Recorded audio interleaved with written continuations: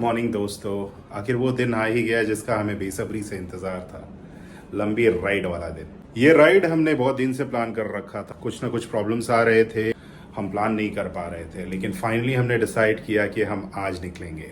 आज तो हम आज निकल रहे हैं थोसेघर की तरफ। आप सोचेंगे थोसेघर कहाँ? थोसेघर आता है सातारा में। सातारा मुंबई से करीब 400 किलोमीटर की दूरी पे है। हम 400 किलोमीटर बाइक पे पूरा करने वाले हैं, जिसके लिए हम सब बहुत ज़्यादा एक्साइटेड हैं। सबसे मेरा मतलब है कि मेरे साथ और भी 3 दोस्त हैं। मेरा दोस्त विक्रम, शैलेश और किशोर मिस्त्री को आप जानते हैं, आप मिल चुके हैं उनसे, आज फिर मिलाऊंगा। अब थोसेघर क्या है मैं उसके बारे में बता दूं। थोसेघर किस चीज़ के लिए फेमस है वो बताना चाहूँगा। वो जाना जाता है अपने वाटरफॉल के लिए, और हमने सुना है कि करीब 40 किलोमीटर में विंडमिल फैला हुआ है। देखेंगे कैसा लगता है। आप वी आर नॉट श्योर कि वहां जाने के बाद वाटरफॉल देखने को मिलेगा या नहीं, क्योंकि ये फरवरी में जा रहे हैं वहां पे।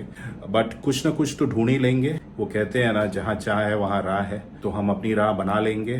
आगे का अपडेट देता हूं थोड़ी देर के बाद। मिलते हैं हाईवे पे, कि आप जान ही गए होंगे कि हाईवे इज माई वे। मिलते हैं जल्दी। हम तो तैयार ही थे, हमारी ब्लैक बुल भी रेडी हो गई इस लंबे सफर में हमारा साथ देने के लिए। इनसे तो आप सब मिल ही चुके हैं। नोमैडिक मुंबई का पूरी तैयारी के साथ आए हैं। थोड़ा साइड में हो जाते, गाड़ी आ रही है। अपना दूसरा दोस्त आ गया है, इनसे मिलिए। विक्रम आडवाणी हमारे दूसरे परम मित्र हैं, इनके साथ आए हैं। गाड़ी रेडी है, खुद रेडी है और बैग रेडी है, छोकरा रेडी है। किशोर और विक्रम भाई के आने के बाद हमने शुरुआत की मलाड से और रुक किया पनवेल के शिव सागर फूड मॉल का, जो हमारा पहला पड़ाव भी था। और यही वो जगह थी जहां हम मिलने वाले थे अपने तीसरे और आखिरी साथी शैलेश राव से, जो हमारे इस राइड के सूत्रधार भी थे। भाई हमारे सूत्रधार भी आ गए हैं, जिन्होंने आज पूरा प्लान किया हुआ है। ये ट्रिप सब तैयार है, धमाल करने वाले हैं। क्या बोलता है दोस्त? ये प्रील्यूड है हमारे लद्दाख ट्रिप के लिए। वहाँ पे ऐसे ही होगा, हम निकलेंगे एकदम खतरनाक टेरेन में। व्हाट टू एक्सपेक्ट, डेस्टिनेशन पता होगा लेकिन राइड बहुत डिफिकल्ट होगा। थोड़ा प्रैक्टिस जरूरी है। इस वजह से आज पहला दिन है। मीटिंग पॉइंट है अपना शिव सागर रेस्टोरेंट, जो पनवेल में। नोमैडिक क्या बोलता है? बड़े तक ठंडी है, ठंडी से निकले तो लगा ही नहीं था कि इतनी ठंडी में मेरे को पसीना आ रहा था आज। हो बॉटल गिर गया, विक्रम को पता भी नहीं चला।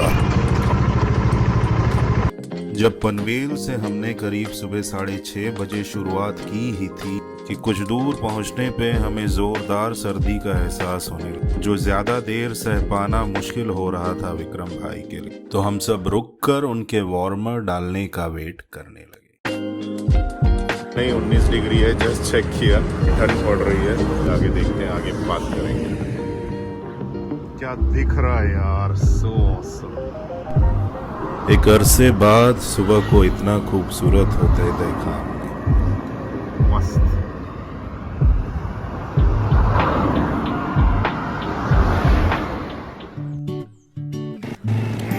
सूरज की किरणों ने जहां हमें प्रकृति का अद्भुत नज़ारा दिखाया, वहीं हमने इसका भी एहसास किया कि हम काफ़ी समय से राइड कर रहे थे और करीब 95 किलोमीटर हमने अब तक तय कर लिया था।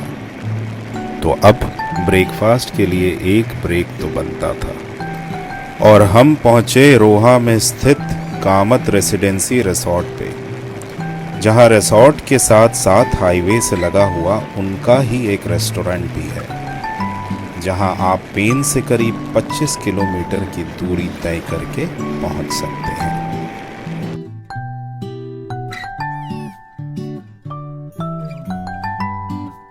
और दोस्त, नाश्ता हो गया? नाश्ता चल रहा है, नाश्ता चल रहा है। एक राउंड हुआ है। दूसरा राउंड। कैसा लग रहा है? ठंड है यार। आखिर का जो ठंड है इस साल का, वो हमको मिल रहा है। क्या बोलता है? एसिडिटी कम हुआ तेरा? नोमैडिक एसिडिटी का शिकार है ये। नोमैडिक है और ये एसिडिक। क्या बोला तू? क्या बोला तू? सुनील को क्या बोला? बोलना। क्या, कौन सा डिस्क हो गया? कौन सा? बोलना बोल। कुछ बोल नहीं। बोलना बोलना बोला।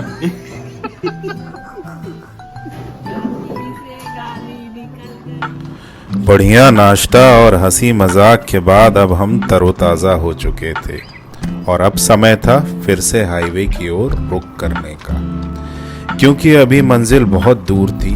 तो बगैर ज़्यादा समय गवाए हमने अपने आगे का सफ़र जारी रखा, क्योंकि हमारा अगला लक्ष्य था दोपहर के खाने तक चिपलून पहुंचना, जो रोहा से करीब 150 किलोमीटर की दूरी पर था। लेकिन इससे पहले कि हम चिपलून पहुंच पाते, हमारी मुलाकात हुई इन महाशय से, जिनका नाम था लूका, जिन्होंने हमें बताया कि फ्रांस से लेके इंडिया तक का सफ़र उन्होंने अपनी इस साइकिल पे पूरा किया। इनका इतना कहना था कि हमारी जिज्ञासा और बढ़ गई इनके बारे में जानने की।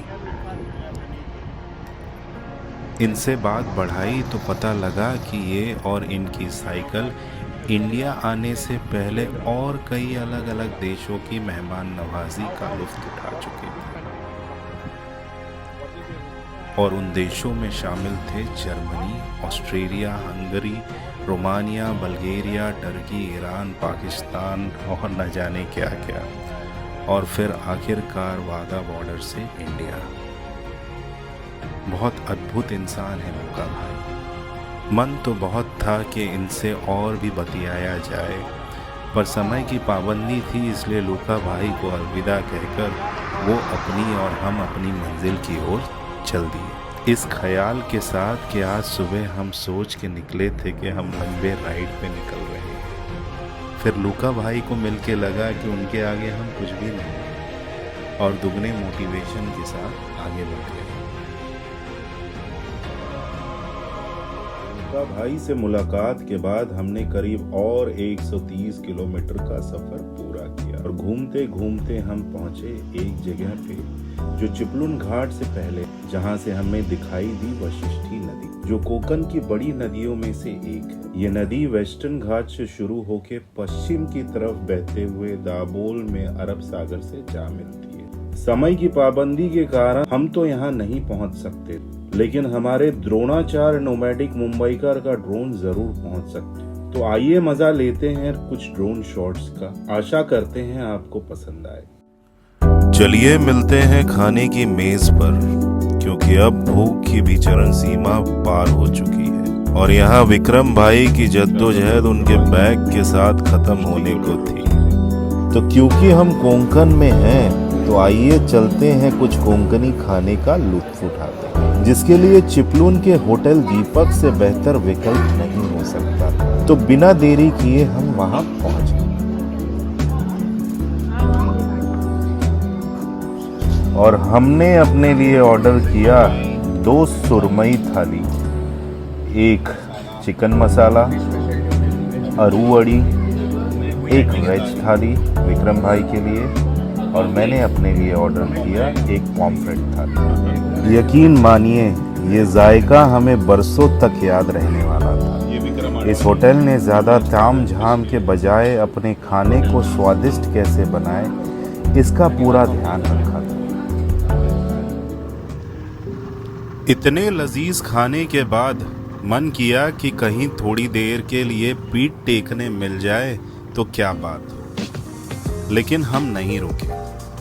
वजह वही थी कि हमें अंधेरा होने से पहले थोसे घर पहुंचना था, क्योंकि थोसे घर में हमारी कोई बुकिंग नहीं थी और ना ही की जा सकती थी, क्योंकि वो एक छोटा सा गांव है जहां उजाला रहते हमें पहुंचकर अपने टेंट लगाने की जगह भी तय करनी थी, जो अंधेरे में मुश्किल होता। वैसे तो इमरजेंसी में अगर रात को कुछ खाने ना मिला तो हमने मैगी के पैकेट्स और उसे बनाने के लिए बर्तन का प्रावधान घर से ही कर रखा था। बहरहाल अब हमें आखिरी के करीब 107 किलोमीटर और तय करने थे थोसे घर पहुंचने के लिए। दोपहर के करीब 3 बजे थे जब हमने होटल दीपक से प्रस्थान किया। तो चलिए आगे का सफ़र जारी रखते हैं। और जैसे जैसे हम अपनी मंजिल की ओर बढ़ रहे थे, हमें किसी की लिखी हुई कुछ पंक्तियां याद आई कि सफ़र से बेहतर कोई मुकाम नहीं होता,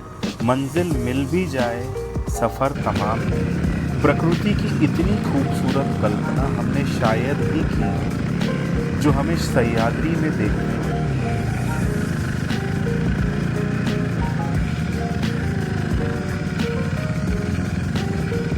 हमारे पीछे जो आप देख रहे हैं वो कोयना नदी है और ये है हमारे दोस्त शैलेश जो मंत्रमुग्ध हो चुके हैं और जिन्होंने हमें बताया कि आज और कल का पूरा दिन हम कोयना नदी की परिक्रमा करते हुए बिताएंगे। कोयना नदी कृष्णा नदी की सहायक नदी है जिसे हम अंग्रेजी में ट्रिब्यूटरी भी कहते हैं।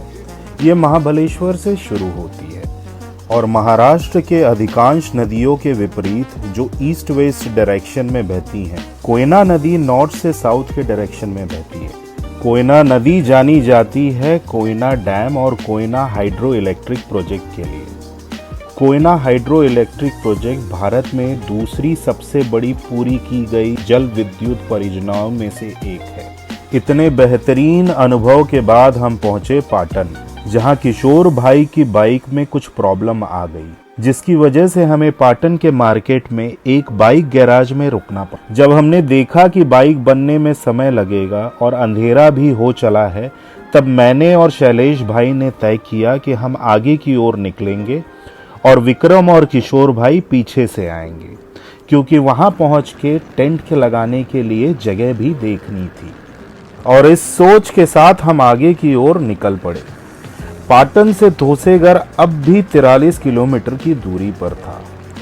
रास्ते में कई बार हमारा रास्ता सियार ने काटा, जिसे अंग्रेजी में हम जैकल के नाम से भी जानते हैं। अंधेरा हो चला था और हम गूगल बाबा के सहारे चले जा रहे थे, जो इत्तेफाक से हमें एक सुनसान से रिसोर्ट पे ले गया, जहां काफी अंधेरा था और कोई भी नहीं था। हमने रिसोर्ट का बोर्ड देखा जिसपे नंबर था, लेकिन हमारा नेटवर्क 0 था। वैसे तो काफी कुछ है बताने के लिए, लेकिन शॉर्ट में आप यहाँ सुनिए। गूगल मैप्स ने एक गलत लोकेशन पे लाया, लेकिन वो गलत लोकेशन सही लोकेशन निकला और गांव की जगह हमें रिसोर्ट में ले आया और रिसोर्ट में फिर हमें जगह मिल गई है टेंट लगाने की। वो भी रिसोर्ट में कोई था नहीं, कोई नहीं था, एक आदमी नहीं था, ना आदमी की जात। कहाँ है? फिर बाहर जाके पूछा किसी से कि भाई किसका है। हाँ। उन्होंने गांव की तरफ बताया कि गांव में ये बंद रिसोर्ट किसका है। फिर गांव जाके हम सुतार भाई साहब से मिले। सुतार भाई साहब ने हमको इतना अच्छे से तुरंत इतने कम समय में पूरा खाना जो हो सका उन्होंने तैयार किया, सारा इंतजाम किया, जाके वहाँ वापस गांव से खाना लेके आए। Thank you so much Sutar भाई। हमारा खाना रेडी हो गया। देखो हम कितने कम समय में हमने कितनी चीजें इंतजाम कर ली, और तुम लोग साले गाड़ी नहीं बनवा पाए इतने देर में, है कि नहीं दोस्त? हमने भी कितनी सारी चीजें इंतजाम करके। तुम क्या किए बे? तुम क्या किए? जाके खरीद के ले आए वहाँ? कुरमुरा तो खा गया बकासुर जैसा। बकासुर कुरमुरा खाता है क्या? बकासुर कौन सा बकासुर? हाँ देखो हमारा टेंट रेडी हो गया भाई, हमको बहुत अच्छा लग रहा है। टेंट रेडी हो गया, आज टेंट में सोएंगे, सारा मच्छर नहीं काटना चाहिए बस। बहुत सही एरिया है, सुबह पता चलेगा यहाँ पे कितने विंडमिल हैं अगल बगल में। बहुत सही एरिया है और आज यहाँ पे कोई था भी नहीं, वीराना था, हमने इसको आबाद कर दिया आगे, समझे? अब इतनी मशक्कत के बाद इससे बेहतर खाने की उम्मीद नहीं की जा सकती थी, जिसमें अंडे की भुर्जी, गर्मा गर्म चपाती और बढ़िया देसी घी में बना पुलाव। उफ, और क्या चाहिए। काफी बड़ा दिन था आज का। अब समय है स्लीपिंग टाइम। टेंट में सोए आज, मजा आ रहा है। चलो गुड नाइट। क्या लगा खत्म? पिक्चर अभी बाकी है मेरे दोस्त। ये तो सिर्फ डे 1 था, डे 2 जल्द ही लेकर आऊँगा। पसंद ना आए तो और मेहनत करूँगा, लेकिन अगर आपको पसंद आया हो तो एक लाइक तो बनता है। सब्सक्राइब, शेयर, कमेंट करें, क्योंकि इससे हमारी हौसला अफजाई होगी ऐसे ही और वीडियो बनाने और आप तक लाने की। और हाँ, नई वीडियो के अपडेट्स पाने के लिए बेल आइकन दबाना बिल्कुल ना भूलें। तो चलिए मिलते हैं जल्द ही हाईवे पे, क्योंकि आप तो जानते ही हैं, हाईवे इज माई वे।